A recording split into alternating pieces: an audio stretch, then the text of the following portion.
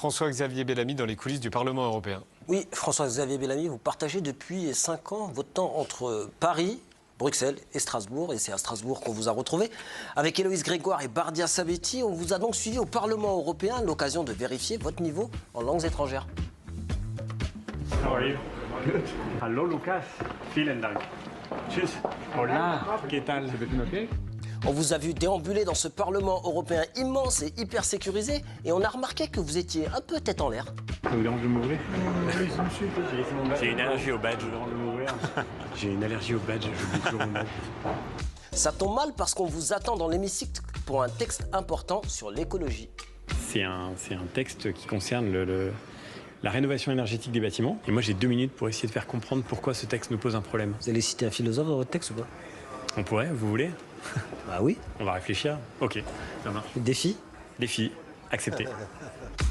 Défi facile pour un ancien prof de philo, la preuve 2 minutes plus tard. Rappelons-nous que l'Europe s'est construite sur l'Odyssée, sur l'aventure d'Ulysse racontée par Homère qui voulait retrouver son toit. Si nous n'offrons pas aux Européens demain la demeure à laquelle ils ont droit, c'est l'idée même de l'Europe qui s'en trouvera menacée.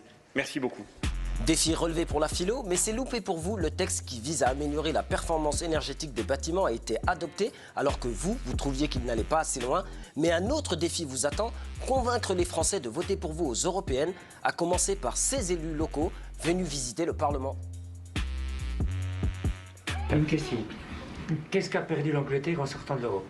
Comment vous allez faire pour démontrer que l'Europe a une nécessité? Comment voulez-vous que le citoyen lambda demain ait la volonté ou envie d'aller voter au mois de juin pour les européennes?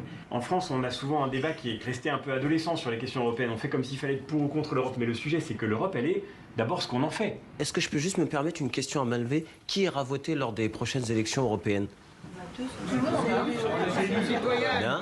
Deuxième question, qui est prêt à voter pour François-Xavier Bellamy pour les élections européennes? Ah. Bon, visiblement, il y a encore beaucoup de boulot, surtout que vous n'êtes pas le seul candidat. À quelques mètres de vous dans l'hémicycle, il y a celui qui est en tête des sondages, Jordan Bardella.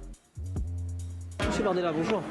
Bonjour. Petite question. François-Xavier Bellamy, c'est un rival, un collègue, un concurrent?